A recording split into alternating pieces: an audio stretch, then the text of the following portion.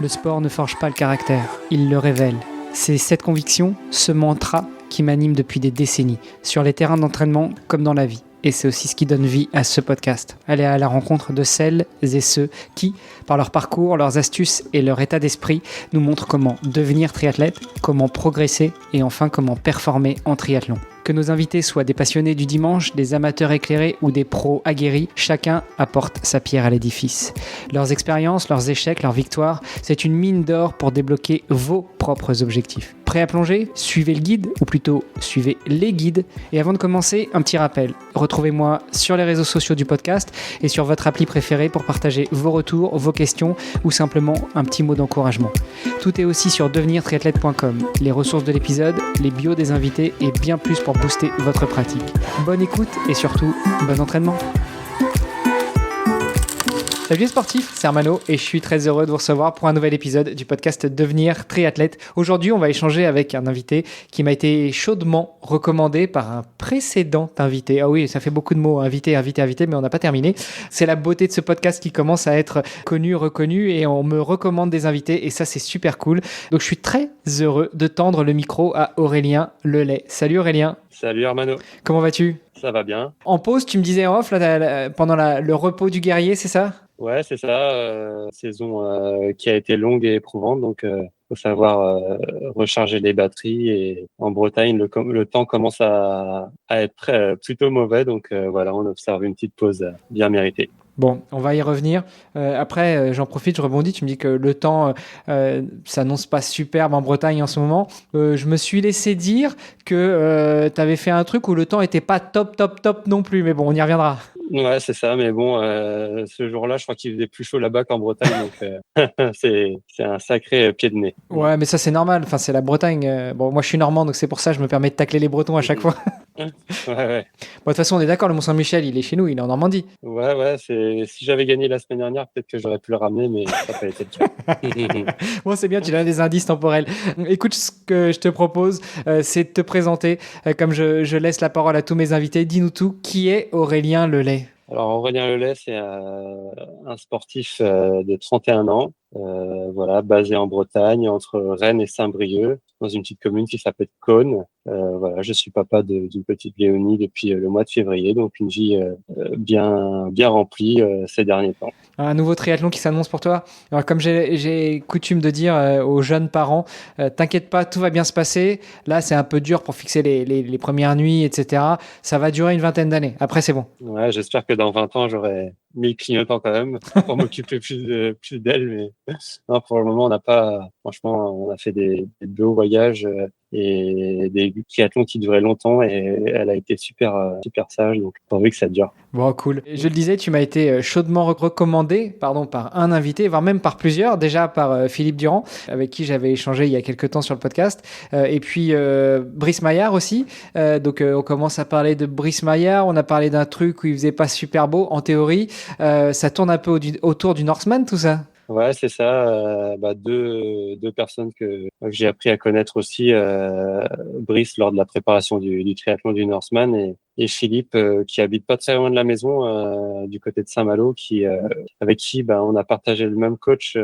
Moi David, je l'ai eu pour ma préparation au championnat du monde de Saint-Georges, le 70.3. Et du coup Philippe travaillait avec lui jusqu'à ce qu'il découvre son problème de santé. Et Philippe devait faire le Norseman aussi, donc c'est comme ça qu'on est tous rentrés en contact. Avant qu'on en arrive au Norseman, à parler de ce que tu as réalisé, comment ça s'est passé, etc., tu peux peut-être nous revenir avec nous sur ton passé de sportif. Comment est-ce que tu as découvert le sport ? À quel âge ? Et puis après, comment est-ce que tu es venu au triathlon ? Ouais, j'ai déjà une vie un peu remplie pour mes 30 ans parce que j'ai commencé par du foot dès mes 5 ans. J'ai vraiment une famille de footeuses, chacun son niveau, mais tout le monde a tapé dans le ballon. Donc moi, jusqu'à mes 21 ans, j'ai joué au foot dans un petit club qui s'appelle Vignoc et Guipel. Donc j'étais à mon niveau.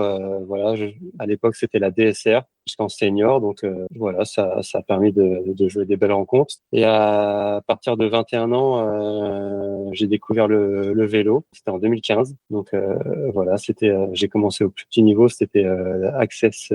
Donc c'était Pass Open deuxième, Pass Open 2. Donc ça s'est très bien passé parce que la première année, je suis passé de Pass Open à deuxième catégorie, donc plusieurs victoires et voilà, j'ai pu continuer à gravir les échelons et je suis passé par différents clubs, Avranches qui était en N3 et donc Côte d'Armor Marie-Morin qui était en N1. Donc j'ai pu vivre 3 ans du vélo dans cette équipe. Donc voilà, c'est jusqu'à découvrir le triathlon en 2022. Ok, bah attends, on va y revenir après, mais donc passer de footballeur, donc là tu travailles pas tellement l'endurance, mais surtout l'explosivité, enfin endurance d'explosivité, on va dire.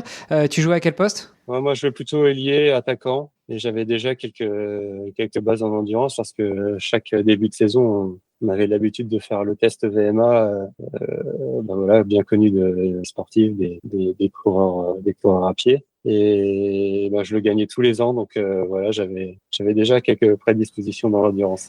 Ça donnait quoi ta VMA à l'époque? Ouais, je crois que ouais, à mes 18 ans, j'avais 21 peut-être. Donc je crois qu'il y avait, je sais même pas si la cassette continue encore. Je crois que ça s'arrêtait pour tout le monde à ce moment-là et j'étais le dernier encore à courir autour de l'anneau, donc je crois qu'ils arrêtaient. Ouais, donc il y avait déjà des belles bases. Avec ou sans le ballon, le test VMA? Non, sans le ballon? Non, sans ballon, ouais, ouais. Ouais. Oh, ça pourrait être marrant. T'imagines un petit test VMA avec un ballon au pied?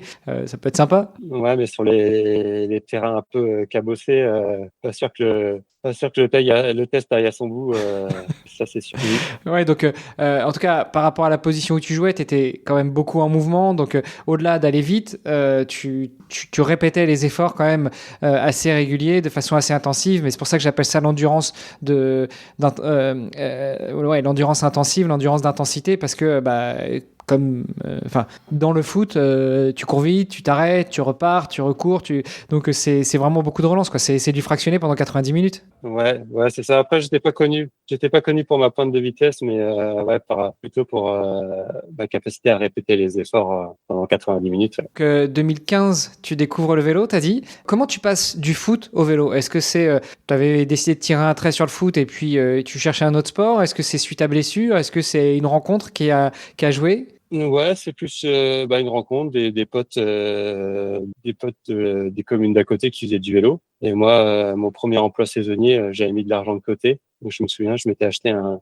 Bianchi, un vélo alu avec une fourche carbone. Et je me souviens d'une sortie avec un copain qui était à l'époque en DN1 à Sojasen. Et il m'a dit, si tu arrives à me suivre dans cette bosse, eh ben, je pense que tu peux t'inscrire dans un club. Tu seras largement assez fort pour suivre dans un peloton. Et il n'avait pas réussi à me distancer. Donc c'est là que je me suis dit, il y a quand même quelques trucs à faire dans ce sport. Ouais, il y a quand même quelque chose à faire. Combien de temps a progressé sur le vélo de 2015 à 2022, c'est ça? Ouais, moi j'ai toujours une licence de vélo là, mais vraiment, je me suis vraiment concentré sur le vélo de 2015 à 2022. Les premières rencontres avec le vélo, les premières sorties, c'est quoi? C'est du 30 bornes, 50 bornes, 60 bornes? J'imagine que tu fais pas tes premiers 100 bornes dès la première année, ou peut-être? Non, non, non, non. Après, je me souviens, j'ai commencé le vélo avec mon voisin là, qui est un grand copain. Donc, on avait toujours le même circuit qui faisait 60 km. Donc, on savait qu'on partait pour 2 heures et à chaque fois, c'était de progresser sur le même circuit, d'aller de plus en plus vite. Et le fait que je gagne mes premières courses, du coup, le niveau augmente et la distance des courses augmente aussi. Donc voilà, ça s'est fait naturellement. Je suis passé des courses de 60 à la fin de l'année à 80, 100 km. Donc ça s'est fait naturellement. Ouais, c'est la connerie de faire la même boucle et puis d'essayer de la faire de plus en plus vite. Normalement, on fait plutôt ça à pied. Bon, vous l'avez fait en vélo. Du coup, après tes premières victoires, ton voisin, tu le déposais et puis pendant que lui, il en faisait un, toi, tu faisais un tour et demi. Ça marchait comment? Ouais, et c'est marrant parce que on a fait lors de ma première victoire, j'avais gagné dans un petit bled qui s'appelle l'Irodoir et lui n'avait pas terminé la course et il s'était arrêté justement un tour avant pour me voir gagner et il m'attendait avec ses cales sur la ligne d'arrivée. La photo avait fait le buzz avec plus de 5 ou 10 000 vues pour le photographe parce que voilà, on était 2 mecs du même club, dont un qui était à pied sur la ligne d'arrivée et qui tendait son bras pour me féliciter. Et c'était lui. Donc, il était jamais bien loin. Excellent. Tu l'as vite déposé ou vous avez progressé un petit peu ensemble? Enfin, comment s'est passée votre relation amicale dans le vélo? Ou depuis, c'est plus ton pote parce que finalement, il en avait marre d'essayer de te suivre? Si. Eh ben, on avait Quel âge il a, Stéphane? Moi, à l'époque, j'avais 21. Il avait peut-être 10-15 ans plus que moi. Donc, déjà, j'étais plus jeune et plus fougueux. Et non, il a persévéré un peu, mais ça n'a pas duré longtemps. Il a plus fait du vélo après pour s'entretenir. Bon, Stéphane, on t'embrasse si tu nous écoutes, et j'espère que tu nous écouteras. Merci à lui de t'avoir mis au vélo un petit peu. Comment t'en arrives en 2022 à découvrir le triathlon? C'est une blessure. Moi, je suis tombé une course en 2022. Moi, je suis tombé en 2021 sur une course dans le Finistère qui s'appelle la Sport Braze où on emprunte des ribines, un peu comme Paris-Roubaix. Et je me suis cassé le scaphoïde. C'était début juin et Le début scaphoïde, pour ceux qui juillet, ne connaissent je pas. suis allé voir un copain. Ouais, c'est un petit os du poignet, bien compliqué à réparer et assez douloureux. Et moi, je suis allé voir un copain sur le triathlon des Sables d'Olonne, donc le 70.3. Et je me suis dit, c'est pas mal comme sport. Moi, naïf comme j'étais, je me dis, putain, les petits athlètes là qui courent à 3,20 au kilo, je pense que je peux faire pareil. Donc, je dis, vas-y, je m'engage pour l'année d'après. Et voilà, premier triathlon que je fais en 2022 au Sable d'Olonne. Donc en juillet, tout de suite un 70.3, ça me faisait pas peur. C'est beau, la progressivité. Hein, tu commences par un Ouais. 70.3. Allez, boum. Ça se passe comment, ce premier tri? Ça se passe bien. Comme tous les cyclistes, on n'est pas des très bons nageurs, donc une fois que la partie natation était passée, c'était plus facile, quoi. Donc je sais plus les temps que je fais en natation, mais je vais y revenir. Je suis en train de chercher en même temps, mais voilà, je sors peut-être en 32 minutes de la natation. Et après, là où ça s'est super bien passé, c'est en vélo parce que sur les 90 kilomètres du triathlon, je les avale en 2 heures. Donc je fais le meilleur temps vélo. Boum. Je fais meilleur temps vélo amateur et professionnel confondu. Alors attends, parce que donc la partie natation, c'est pas le truc des cyclistes, ok. Donc tu sors de l'eau, tu fais le meilleur temps. Donc j'imagine que là, tu sors pas premier de l'eau, donc forcément tu as beaucoup de monde à rattraper. Tu sors quand même le premier temps. Tiens, ça me rappelle vaguement un certain Ja truc, hein, son premier Ironman. Il sort dernier de l'eau, il pose le vélo en deuxième. Mais après, il y a quand même juste un truc qui s'appelle la course à pied. Et les cyclistes, t'étais footeux à la base, mais ça se passe comment cette course à pied? Et la course à pied, ça se passe bien aussi parce que je cours le semi en 1,16, donc 3,39 au kilo. Et voilà, je gagne le triathlon chez tout âge groupe confondu. Et voilà, premier de ma catégorie. Et je sais plus, je dois faire 14 amateurs et pro confondus. Non, 19 amateurs et pro confondus, donc plutôt pas mal. Ouais, plutôt pas mal. Premier tri sur un Alpha Ironman que tu gagnes en groupe d'âge. Bravo. Du coup, ça, forcément, ça découle sur une qualif pour les championnats du monde? Ouais, c'est ça. Du coup, un peu surpris parce que je connaissais pas du tout le business d'Ironman, quoi, le fait des qualifications, de payer son dossard le jour même de la course. Donc voilà, un peu pris dans l'euphorie et puis aussi pris à rêver d'un beau voyage aux États-Unis. Me voilà aux États-Unis en octobre 2022. Alors attends, avant de te demander justement comment ça se passe, déjà pour ce premier tri, comment est-ce que tu l'as préparé? T'étais tout seul? T'étais dans un club? Tu t'es attaché les services d'un coach? Comment ça s'est passé? Non, j'avais un coach en vélo. Moi, j'avais quelqu'un qui me préparait mes séances en vélo. Et après, moi, j'ai tout fait moi-même. J'allais nager à la piscine ou alors dans un plan d'eau en eau libre. Et après la course à pied, je faisais mes enchaînements moi-même après mon vélo. Je faisais mes endurances. Donc, tout en autodidacte. Ah, mais tu vois, ce qui m'intéresse de savoir, c'est où est-ce que tu as chopé cette idée pour t'entraîner tout seul, par exemple, de mettre des séances d'enchaînement. Tu vas faire du vélo. C'est pas toujours naturel quand on n'a jamais fait de tri de se dire, allez, je fais ma sortie de vélo aujourd'hui, allez, pour toi, ça devait être peut-être un petit sans borne, et de te dire, tiens, je vais rajouter un 5 ou un 10 en course à pied. C'est pas, tu vois, c'est pas intuitif. Donc, d'où t'es venue cette idée-là? Ouais, moi je me documente avec les réseaux sociaux. Il y a maintenant des entraîneurs qui partagent leurs séances et leurs conseils. Donc Voilà, c'est de la comment dire de la curiosité et puis voilà, j'ai reproduit ce que je voyais. Puis ça a plutôt bien marché. Ah, tu m'étonnes que ça a plutôt bien marché. Tu gagnes ta catégorie d'âge, tu décroches ton sésame pour aller aux États-Unis pour les championnats du monde. Effectivement, ça doit faire bizarre déjà quand tu montes sur le podium et puis surtout quand tu dis bon, ta carte, elle est où? Elle est où?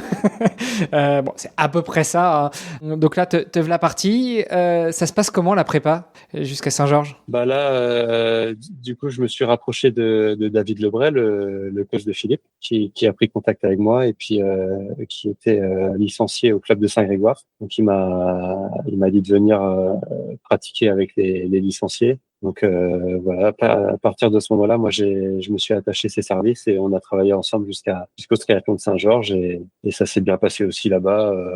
Voilà.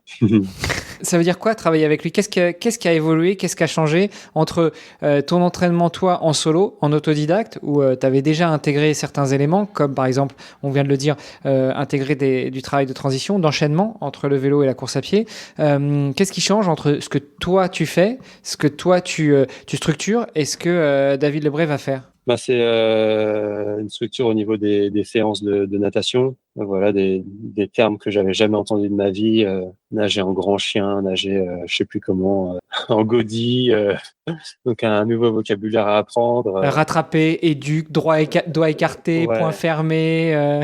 exactement. Ah ouais. Donc je nageais avec ma montre, l'horloge. J'ai appris à l'apprivoiser aussi à la piscine. D'ailleurs, je sais toujours pas compter mes longueurs. Je suis obligé d'avoir ma montre pour savoir combien je fais d'aller-retour. Et Ah, ça marche en piscine, mais tu fais comment en eau libre? en olive, j'avais ma montre avec le GPS. Ça se calcule tout seul. Et après en vélo, bah c'était plus des allures Ironman, Half Ironman, bah, des allures que j'avais quand même l'habitude de travailler sur le vélo parce que c'est soit des rythmes qu'on utilise pour tirer un peloton ou pour s'extirper du peloton et être en échappée. Donc ça, c'est des allures que je connaissais. Et après, en course à pied, bah voilà, des travails à 70% de la VMA, 80%, donc une nouvelle façon de travailler, ouais, des intensités, du 30-30. Après, ça se rapproche quand même un peu des exercices que je faisais en vélo, donc ça s'est bien passé.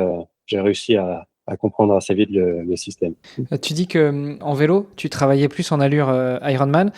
Ça représente quoi? Parce que en course à pied, on a toujours cette notion de SV1, SV2, seuil ventilatoire 1, seuil ventilatoire 2. Donc le moment où on va commencer à switcher la consommation d'énergie. Le seuil ventilatoire 2, c'est vraiment celui où on passe de l'aérobie à l'anaérobie. Donc là où on va consommer majoritairement des glucides et moins de lipides. En vélo, ça veut dire quoi l'allure Ironman et comment tu l'as définie? J'imagine que au début de ta collaboration avec David Lebray, tu commences à faire des tests pour savoir un petit peu où se situent tes seuils, aussi bien en vélo qu'en course à pied et en natation. Ouais, bah mes seuils, je les connaissais déjà. Après, voilà, pour un peu les connaisseurs, j'avais sorti sur l'Ironman des Sables, j'avais sorti 325 watts sur 2 heures. Donc c'est quand Ouais, ta même FTP est pas mal à calculer, quoi.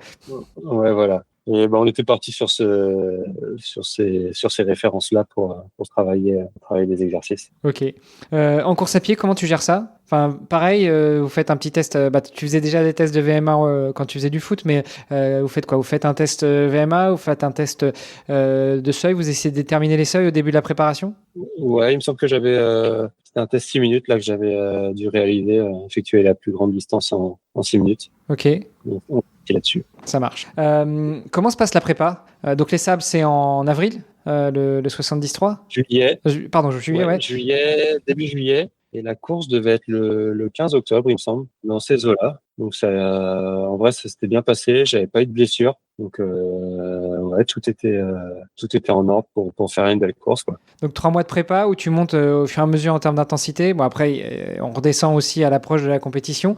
T'es parti combien de temps avant? T'as cherché à t'acclimater ou c'était vraiment à l'arrache? Non, on avait bien organisé ça quand même. J'avais dû arriver le début de semaine, le lundi ou le mardi. La course c'était le dimanche. Et on avait prévu un beau voyage d'une vingtaine de jours quand même pour profiter du pays. Voilà, donc une semaine d'acclimatation, la course. parce que là, avec le décalage horaire, le plus dur, c'est pas, en tant qu'Européen, d'aller aux États-Unis. C'est pas trop dur dans ce sens-là, mais c'est plutôt au retour où c'est compliqué. Donc, moi, j'avais pas eu de problème de sommeil arrivé sur place, ni d'entraînement. Donc ça s'était bien passé. Bon, nickel. Et du coup, cette course, comment est-ce qu'elle se passe? Ça se passe bien, à part la natation aussi où je sors une natation moyenne je dois faire 34 minutes, voilà, une 45 au 100 mètres. Bon, Pas des c'était grands, déjà mieux que 3 mois avant, mais ouais, mais bon, pas des grands standards. Et après, j'avais fait une super course vélo encore. J'avais mis 2h07 sur l'Ironman de Saint-Georges. J'avais fait meilleur temps chez les amateurs et 15e temps pro et amateur confondus. Donc, sachant que la Starfist était belle avec des Blue Mounfeld et tout. Donc, j'étais content de moi. Et par contre, après, j'avais pas reproduit la même course à pied parce que j'avais fait le semi en 1h25. Donc, un peu déçu sur ce point-là, mais c'est vrai que le parcours était compliqué avec un grand faux plat qui nous amenait dans un golf. Voilà, on courait sur le passage des caddies et même on courait sur le green. Donc vraiment une course à pied correcte, mais pas sensationnelle. Voilà, j'étais aux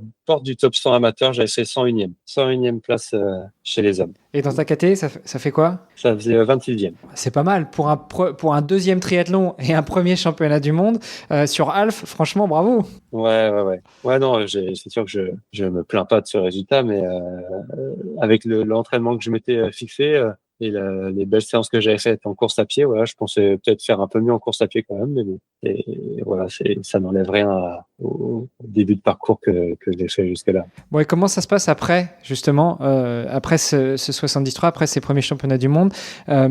Tu te fixes quoi comme objectif ensuite? Est-ce que déjà tu te dis, je vais rester dans le triathlon, j'ai commencé par un 73, il faudra peut-être que je monte sur un full. Enfin, qu'est-ce qui se passe à ce moment-là dans ta tête? Non, je suis resté sur les triathlons half pour le moment et j'avais toujours une licence en première catégorie dans un club de vélo. Donc voilà, je continue encore le vélo jusqu'à milieu de saison, mai-juin. Et après, je partais sur les triathlons l'été. Et voilà, j'avais fait un triathlon à Marbella début d'année 2023. Et du coup, je me suis de nouveau qualifié pour les championnats du monde en Finlande en août 2023. Donc, j'étais reparti encore dans une prépa et voilà, l'envie de faire mieux que l'année d'avant. Bon, on va pas redétailler toutes les courses que tu as faites, mais à quel moment il y a une petite graine qui germe en toi pour aller titiller l'enfer du Nord ou l'enfer du froid? Parce qu'on l'aura bien compris, c'est quand même la course, enfin l'une des courses qui définit ton parcours. Ouais, le tirage au sort a lieu l'année avant la course. Du coup, ouais, fin d'année septembre 2023, le tirage au sort ouvre et moi je décide de mettre une pièce dans la machine. Et le tirage au sort a lieu peut-être fin octobre, début novembre. Et j'étais tranquillement assis dans le canapé avec ma copine et je reçois un message d'un licencié de Saint-Grégoire qui lui s'était engagé aussi au tirage au sort et qui avait vu mon nom passer dans les heureux élus. Me voilà parti dans un autre chantier, on va dire, et non des moindres. Tu m'étonnes parce que aller sur son premier 73, gagner, se qualifier pour les championnats du monde, c'est une chose. Surtout que à Saint-Georges, c'est pas connu pour que ce soit froid. Là, tu t'engages dans un nouveau chantier. T'as encore jamais couru d'Ironman à l'époque? Non, jamais. Non.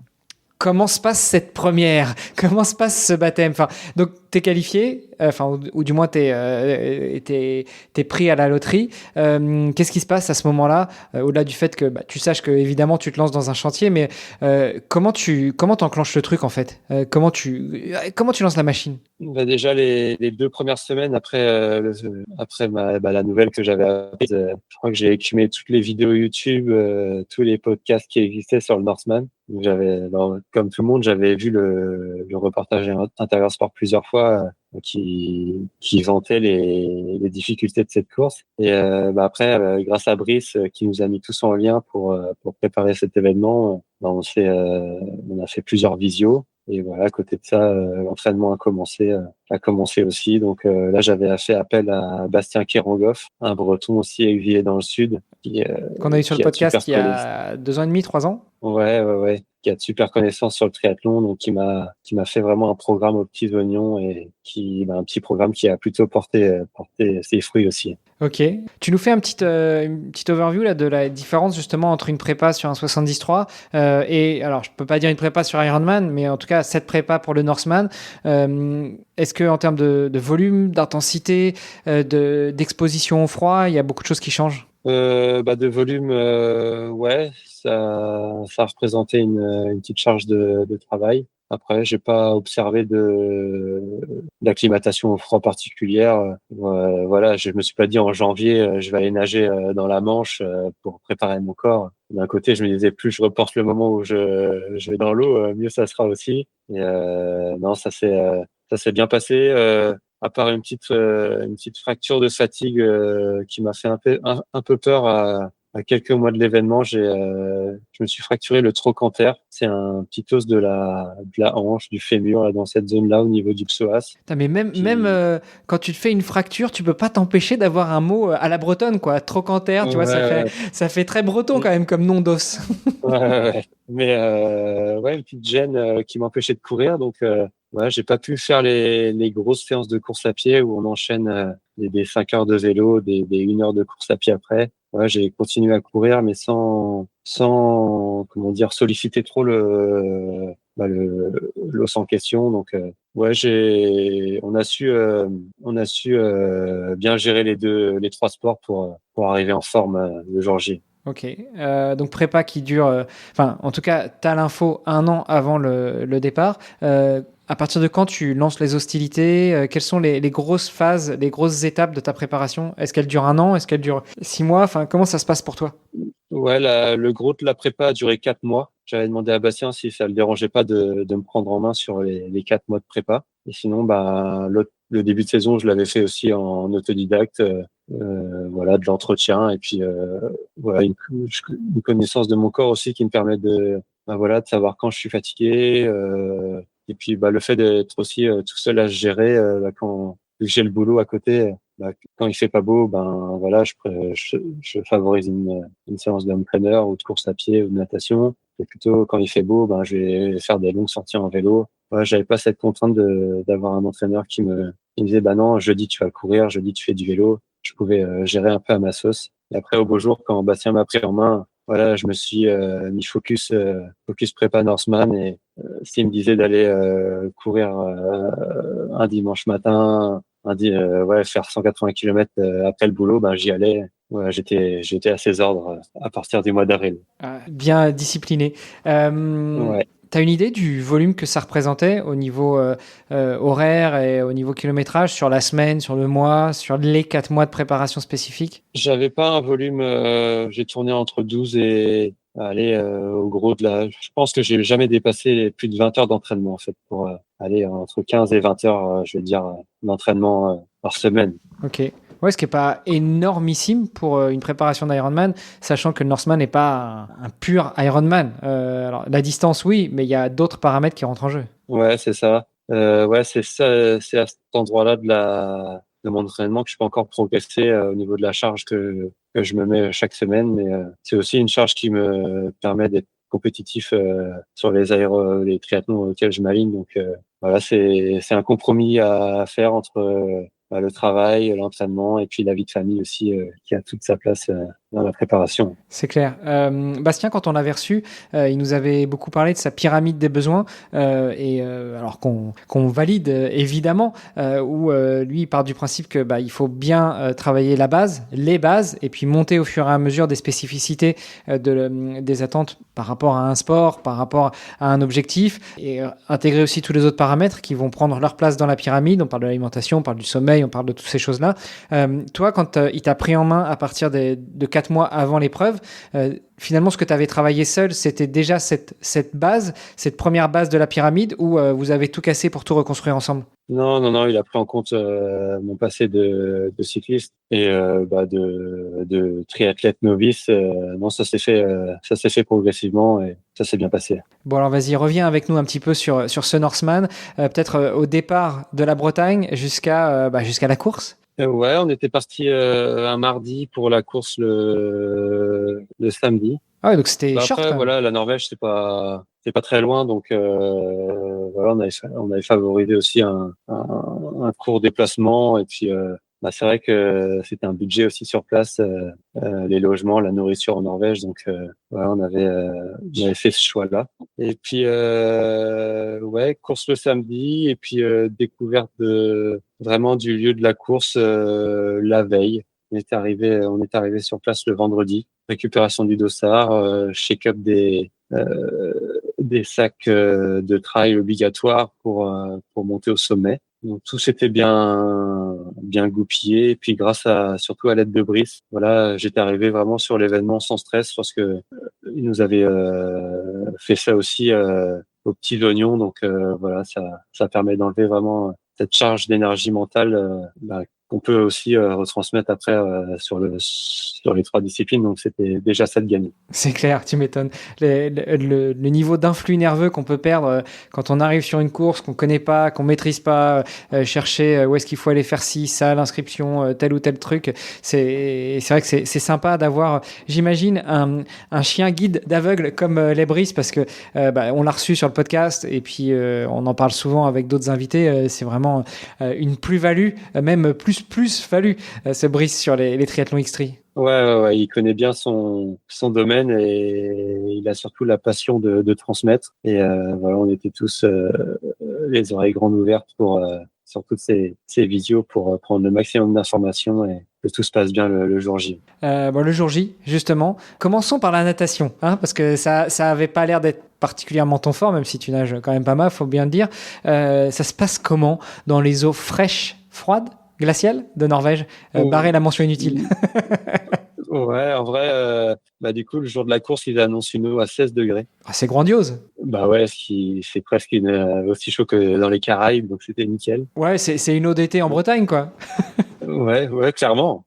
Clairement. Et du coup, départ à 5 heures du matin pour la natation que je boucle en 1h10. Donc, il n'y avait pas eu des temps très rapides cette année-là parce que bah, dans les fjords, mine de rien, il y a des coefficients de marée aussi qui sont pas aussi forts que sur l'Atlantique, mais mine de rien, un petit coefficient qui nous a mis un peu le courant dans le nez. Donc voilà, des temps revus à la baisse pour la plupart des nageurs. Donc voilà, moi je sors en 1h10, je sais plus mon classement, peut-être 60e vers la 50e place. À Donc ce moment-là, les conditions météo, elles sont comment? Parce que bon, le Norseman est connu pour être quand même un endroit où les conditions météo sont dantesques et puis changent vite. Là, à 5 heures du mat, c'est comment? Dresse-nous un petit peu le tableau. Il y a de la brume, il n'y a pas de brume. Enfin, c'est comment?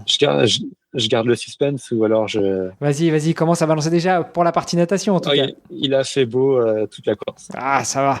Ça me rappelle vaguement mon nautileux il y a 1 mois et demi.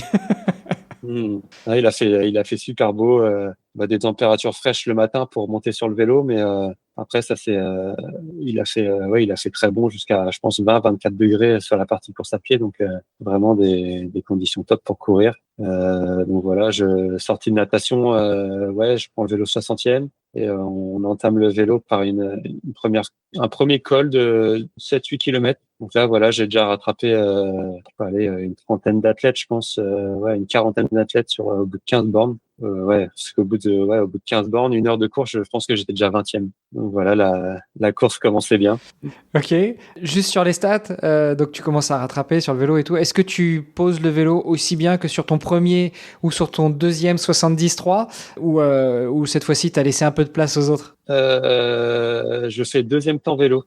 J'ai été battu par le Suédois qui m'a mis, qui m'a peut-être mis 20 minutes en vélo, je crois, il me semble. Là, vraiment impressionnant. Comme ça, Et c'est parce qu'il avait pas 60 mecs à remonter qui étaient sortis de l'eau, c'est ça? ouais. Et ouais, je pose avec les ischios bien fatigués quand même. Au changement de position, du coup à la transition 2, je crampe des ischios. Et là, je me dis, le marathon va être long si je commence déjà à cramper, quoi.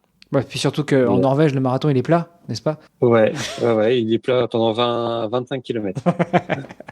Et bah du coup, à ce moment de la course, je suis troisième. Donc je suis sur le podium du Norseman au début du marathon. Et je pars sur du coup, moi, pareil, j'avais jamais couru de marathon de ma vie. Le premier marathon que je cours, c'est au Northman. Donc, je pars sur des bases de 4-10 au kilo. Je passe au semi en 1h30. Donc, vraiment, ouais, super sensation encore en course à pied. Et voilà, donc au Northman, on est obligé d'être accompagné d'un athlète pour d'un support, on appelle ça, pour monter en haut du Gauchstadt Open. Donc lui, il m'accompagne à partir du kilomètre 27. Donc on a fait toute la fin de la course à pied ensemble. Donc il a tenu mon sac, il a fait un peu la mule pendant les 20 derniers kilomètres, pas les 15 derniers.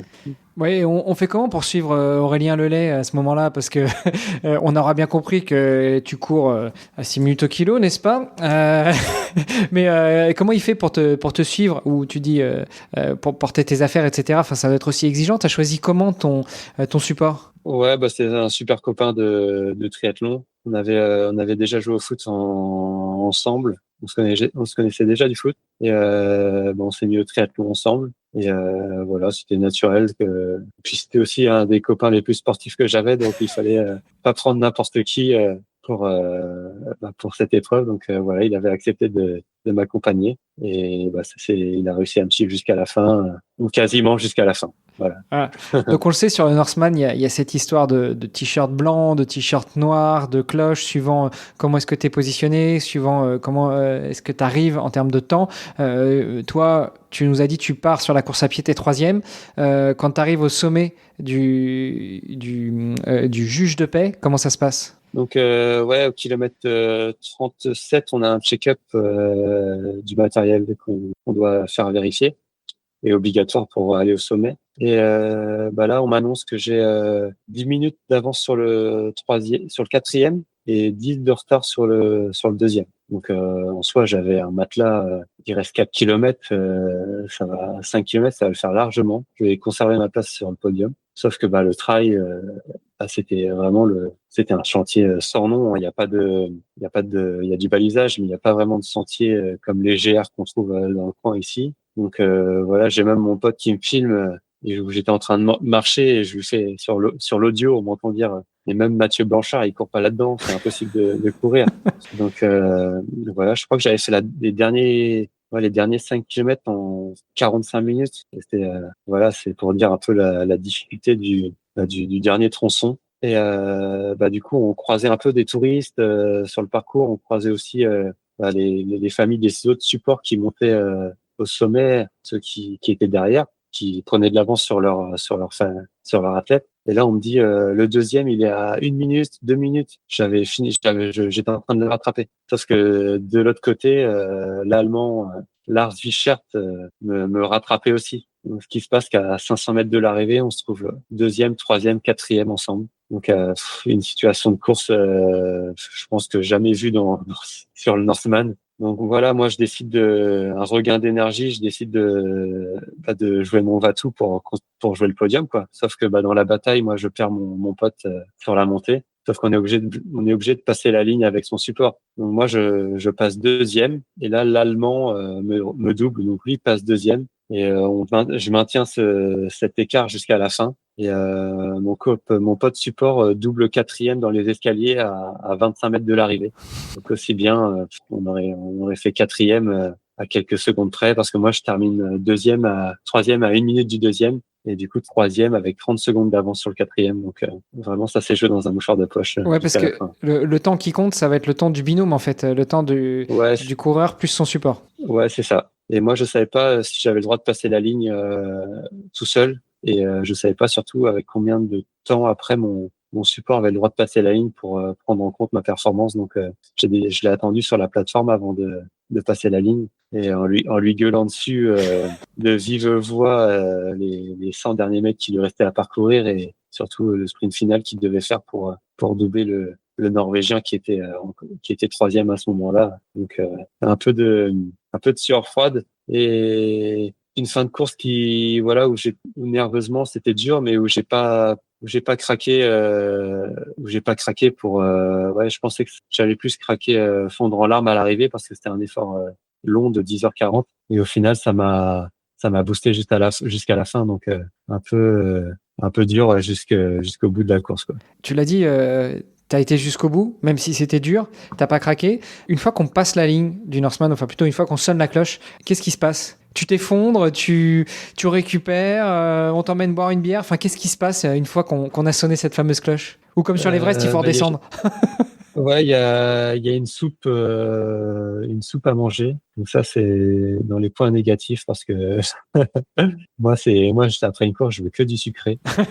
En soi, j'avais ma copine qui m'attendait, ma petite sœur aussi. Donc voilà, c'est un moment d'échange. Le but, c'était, je savais que ma copine était enceinte à ce moment-là, au moment du Norseman, et c'était d'annoncer à ma petite sœur qui était allée aussi là-haut avec nous qu'elle allait être marraine. Donc voilà, c'était un beau moment entre frères et sœurs et avec ma copine. Bon, t'as attendu de passer la ligne pour lui dire ou t'as attendu d'être sur la 3e marche du podium pour dire ah au fait un petit message pour ma petite sœur? J'ai attendu de passer la ligne. Ah bon, remarque sur le podium ça aurait été sympa aussi, non? Ouais, après le podium il a lieu le lendemain. Ah. Et voilà, c'était encore une journée à garder le secret, donc on a décidé de tout dévoiler la fin de course terminée. Et comment on fait? Qu'est-ce qui se passe après avoir passé ce Norseman? Parce que en soi, c'est un bel objectif. Est-ce que tu avais déjà fixé autre chose pour les saisons d'après? Ou est-ce que tu es en roue libre depuis la fin du Norseman à chercher un petit peu un nouveau défi, un nouvel objectif à atteindre? Non, c'est vrai que le Norseman m'est un peu tombé dessus par hasard parce que là, je sais qu'il y a des gens qui tentent leur chance 2, 3, 5, 10 ans, 10 fois d'affilée. Moi, j'avais déjà coché cette case au bout de 3 ans de pratique de triathlon, donc c'était super. Et après, l'euphorie passée. Voilà, en soi, j'ai pas eu non plus de nombreuses sollicitations pour l'entourage ou pour les gens qui connaissent la course. C'est vrai que c'est toujours agréable de dire que on a fini le Norseman à la 3e place. Donc, mais voilà, je suis reparti au travail, au charbon, et voilà. L'objectif était aussi de refaire un Ironman plus plat et pour vraiment avoir un objectif de temps cette fois-ci. Et cette année, j'ai fait l'Ironman de Thun fin août. Donc ça s'est aussi plutôt bien passé au mois d'août dernier. Donc j'ai fait mon 2e Ironman cette année. Ouais, mais tu peux pas nous laisser comme ça. Il faut que tu dévoiles comment ça se passe à Thun. À Thun, ça se passe bien aussi. J'ai pris 3e place dans ma catégorie d'âge. 3e place, voilà, une belle progression en natation parce que je sors en 1h03. Voilà, qui me permet de vraiment pas être loin des premiers de ma catégorie d'âge. Après, je fais aussi le meilleur temps vélo en 4h30 et après un marathon plus difficile en 3h15. Voilà, je me suis enflammé. Je suis parti, je passe le premier 10 km en 40 minutes.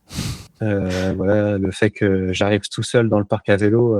Quand je suis arrivé, il y avait pas de vélo dans le parc chez les amateurs, donc vraiment grisé par l'événement et par la fin du vélo. Bon, alors ceux qui sont en train de nous écouter en courant et qui sont en train de faire le calcul, 40 minutes au 10, ça veut dire 4 minutes au kilo. Donc tu pars sur un marathon d'Ironman, donc après avoir nagé 3008 et roulé 180 bornes à 4 kilos, normal. Ouais, ça a pas duré longtemps parce que kilomètre 25, voilà, j'arrivais plus à courir en dessous 25 minutes au kilo, donc ça m'a vite rappelé à l'ordre. Donc ça, c'est la case est cochée. Encore une belle performance. Par rapport au Norseman, justement, pour rester un petit peu dessus, moi, je l'ai souvent répété, et j'ai eu la chance d'être à Le Tilleux cette année, un peu comme toi, c'est-à-dire, normalement, il faut se qualifier. Nous, on a fait une demande de wildcard qu'on a obtenue, donc on a pu se présenter là. Par contre, moi, ça s'est pas aussi bien passé que toi. En revanche, nous, on a eu la chance d'avoir une météo aux petits oignons, quoi. Il a fait beau toute la course, l'eau était chaude, les conditions climatiques étaient exceptionnelles. Et parmi mes regrets, il y a ça aussi. Alors, pas que j'aurais voulu des conditions dantesques, une tempête et autres, mais j'aurais bien voulu voir un petit peu Le Tilleux dans les conditions suédoises, surtout au mois de septembre. Et toi, est-ce que, quelque part, t'aimerais retenter le Norseman dans les conditions qui sont celles que l'on connaît du Norseman, c'est-à-dire parfois froid, parfois de la neige, parfois des conditions climatiques difficiles? Du coup, ouais, j'ai eu l'opportunité suite à mon classement de le refaire une 2e fois, donc de repartir pour cette année pour le Norseman. Et voilà, j'ai envie de garder ce souvenir de la troisième place et vraiment la difficulté de faire mieux. Voilà, faire troisième, c'est déjà exceptionnel. Et c'est vrai que les conditions qu'on a eues étaient super bonnes. Et en soi, j'avais pas envie de vivre les conditions que je vois sur certaines vidéos. L'année d'avant, ils n'avaient pas pu monter au sommet parce que l'orage avait frappé le Gstaad Open. Donc non, une fois, ça s'est très bien passé. On valide et on range cette case on range le livre des souvenirs et puis c'est très bien comme ça. Bon, malgré tout, il y en a d'autres, soit des triathlons extrêmes, soit des triathlons mythiques. Toi, maintenant que t'as eu aussi cette belle réussite à l'Ironman de Thun, quels sont tes prochains objectifs? Quels sont les prochaines, les prochains points que tu as en ligne de mire? Bah, avec ma performance en Suisse là et le nouveau système de qualification, j'avais possibilité de partir à Hawaï pour octobre 2026. Donc c'était vraiment une case aussi que j'avais cochée. Mais voilà, c'est sûr que financièrement c'est un budget encore plus que partir pour des championnats du monde 70.3. Donc j'ai décidé de laisser ma place et de tout mettre en œuvre sur le plan financier, surtout financier et après sportif pour pouvoir profiter de ce beau voyage une autre année, quoi. Donc là, il faudra que tu te requalifies si tu veux aller à Hawaï. Là, tu avais la possibilité, mais tu n'as pas pris le slot. Donc, c'est-à-dire que quelqu'un d'autre l'a pris pour toi, mais toi, va falloir que tu repasses par la case qualification ou victoire dans ta catégorie d'âge pour pouvoir y aller. Ouais, c'est ça. Ouais, ouais. Donc, j'ai pas encore coché l'Ironman que je souhaitais faire, mais voilà, ça sera plus si c'était à faire plus en fin d'année prochaine. Voilà pour pas faire deux Ironman dans la même année et puis lâcher deux fois un billet aussi dans la même année. Ouais, donc le plan, c'est d'aller faire un Ironman qualificatif fin 2026 pour pouvoir potentiellement décrocher une qualification pour Hawaï 2027, quoi. Voilà, c'est un peu le business plan, on va dire. Justement, tu parles de business plan et tu disais que tu voulais mettre de ton côté toutes les capacités financières pour pouvoir aller vers cet objectif. Ça passe par quoi? Ça passe par faire des économies ou ça passe par aller à la recherche de partenaires, de sponsors, de moyens financiers de manière générale? Ouais, c'est ça, les deux, hein, économie et puis recherche de partenaires, ouais, de mécènes et de toute autre aide. Bon, moi, c'est vrai que c'est un sujet un peu tabou. J'aime pas trop quémander. Voilà, moi, je me concentre surtout sur la partie sportive. Et après, voilà, si les gens sont amenés à venir m'aider parce qu'ils trouvent que mon projet est intéressant et qu'ils croient en moi et en mes capacités, voilà, je serais super heureux de pouvoir travailler avec eux. Donc c'est plus dans cette optique que je vois les choses. Ouais, t'es pas sur une démarche proactive d'aller chercher des partenaires, d'aller chercher des sponsors. Tu les laisses venir à toi. Ouais, même si je sais que c'est comme ça que ça marche, hein. Mais voilà, c'est aussi du temps à consacrer. Et puis c'est sans doute plus de refus que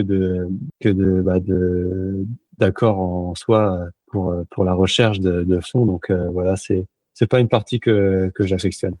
Bon, je te comprends très bien, mais écoute, on va croiser les doigts et puis on va se dire qu'en passant sur le podcast Devenir Triathlète, tu vas crouler sous les propositions. Bon, j'y crois pas, hein, parce que s'il y en a qui veulent filer du pognon aux invités, n'hésitez pas aussi à en filer aux producteurs du podcast. Moi, ça me dit, je dis pas non. Écoute, super intéressant. Donc là, tu l'as dit, tu es en phase de repos parce que tu étais au Bayman le week-end dernier. Donc ça donne aussi une idée de temporalité, le moment où on enregistre cet épisode de podcast. Ça a donné quoi, justement, sur le Bayman? Le Bayman aussi super content de ma perche. Je finis quatrième derrière des clients comme Yvan Jarige qui gagne l'événement. Cédric Ludet aussi bien connu dans le monde du triathlon. Et puis un Belge qui sans doute aussi a de belles performances dans son pays. Donc, je sors une belle course en 8h45. Donc vraiment, voilà, j'ai cassé cette barrière des 9h parce que j'avais fait 9h02 en Suisse. Et donc là, 8h45. Et Yvan qui termine devant en 8h18, il me semble. Ouais, sur Ironman, les distances, les différences sont importantes et c'est d'autant plus, ça vaut d'autant plus de félicitations quand on sait que sur le Norseman, vous finissez dans un mouchoir de poche 2, 3, 4. Ouais, c'est ça. Mais pareil, j'ai toujours ce petit mot pour dire que ouais, mais ceux qui étaient devant étaient professionnels ou ils consacrent plus de temps que moi au triathlon. Et c'est pareil aussi au Norseman. Lars Wiechert qui termine deuxième a encore été champion du monde dans sa catégorie d'âge là à Nice. Donc vraiment un gros client. Et puis le Norvégien qui termine derrière moi était l'année d'avant était professionnel il avait fait aussi les championnats du monde en Finlande. Donc deux beaux clients que j'avais talonnés. Donc voilà, c'était des super performances. Ah, tu m'étonnes. Toi, au niveau pro, tu fais quoi justement? Moi, je travaille dans la logistique. Donc, je suis agent de réception dans la plateforme de Biocop, les magasins bio là qu'on retrouve en France. Et j'ai la chance d'avoir des horaires de 6h à 13h30, donc qui me permettent de me libérer un peu de temps l'après-midi. Et c'est dur de se lever le matin, mais une fois que la journée est passée, voilà, ça permet d'enchaîner sur du vélo, de la course à pied, afin de se coucher de bonne heure le soir et d'enchaîner le lendemain. Ouais, mais en plus, t'as pas un boulot planqué derrière un écran à attendre que le temps passe, quoi. Donc, t'es sollicité, t'es en mouvement toute la journée. Ouais. Donc, c'est tout ce qui est manutention. Et puis, je travaille dans une chambre froide, donc à 4 degrés. Donc, ça puise aussi pas mal d'énergie à lutter contre le froid. On est bien couvert, mais c'est vrai qu'en fin de semaine, une fois qu'on a enchaîné déjà 10-12 heures de sport, on est bien content d'arriver dans le week-end, quoi. Ouais, mais tu m'étonnes. C'est pour ça que t'as pas eu froid dans les 16 degrés dans l'eau norvégienne. Pour toi, c'était une douche. Ouais, ça. Sans doute que mon corps s'acclimate aussi plus facilement maintenant que je travaille dans le froid. Ok. Écoute, franchement, merci beaucoup pour ce témoignage et puis d'être revenu avec nous un petit peu sur tout ça. Il y aura d'autres triathlons extrêmes, X-Tri, qui seront programmés ou pour l'instant l'objectif c'est Hawaï 2027 avec un Ironman l'année prochaine? C'est des choses à réfléchir l'année prochaine, peut-être plus l'Alpe d'Huez, le triathlon de l'Alpe d'Huez où j'aimerais bien, avec mes qualités de cycliste, c'est vrai que le format correspond bien. Et c'est vrai qu'ils organisent pour la première fois un triathlon extrême dans les Pyrénées, j'ai vu ça. Donc c'est pas dans les plans tout de suite de refaire un triathlon comme le Norseman. Bon, écoute, on suivra ça de toute façon avec attention.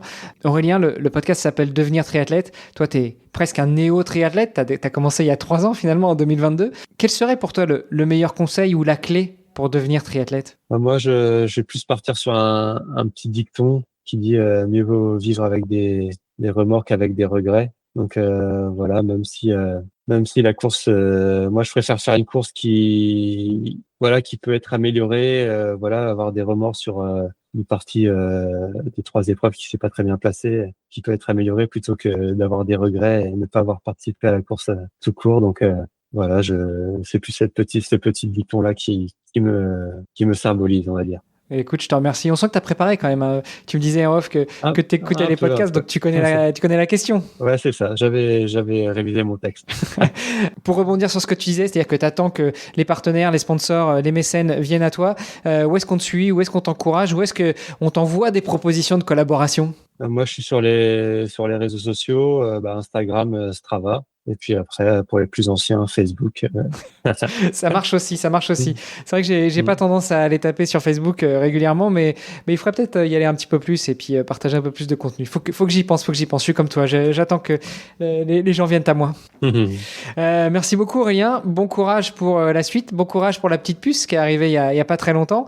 Et puis, on suivra avec attention ta progression et notamment cet Ironman 2027. Voilà, merci beaucoup. En espérant que mes rêves se réalisent. Et on va préparer ça toujours dans l'optique de performance et accompagné un peu beaucoup de plaisir quand même, parce que si sans le plaisir, il y a rien qui se passe. Donc merci à toi de m'avoir accordé ce petit moment d'échange et puis j'espère que tout se passera bien pour la suite. Merci beaucoup, Aurélien. À plus.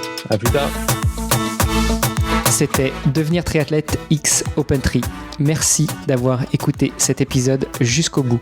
Nous, on a pris beaucoup de plaisir à l'enregistrer. Alors si ça vous a plu, vous pouvez nous suivre sur nos réseaux sociaux, Instagram, LinkedIn et Facebook. On se rejoint maintenant sur devenirtriathlète.com. Vous allez retrouver l'ensemble des épisodes, mais aussi des outils, des ressources et des conseils gratuits pour débuter, progresser ou performer en triathlon. on ajoute toutes les semaines de nouvelles ressources. Si vous avez une idée d'invité, n'hésitez pas à nous envoyer un petit message. Et si vous voulez être accompagné sur vos prochains objectifs sportifs, connectez-vous sur opentree.fr et on se fera un plaisir de vous aider. Alors, n'hésitez pas, on se retrouve tout de suite sur devenirtriathlète.com et opentree.fr. Salut les sportifs!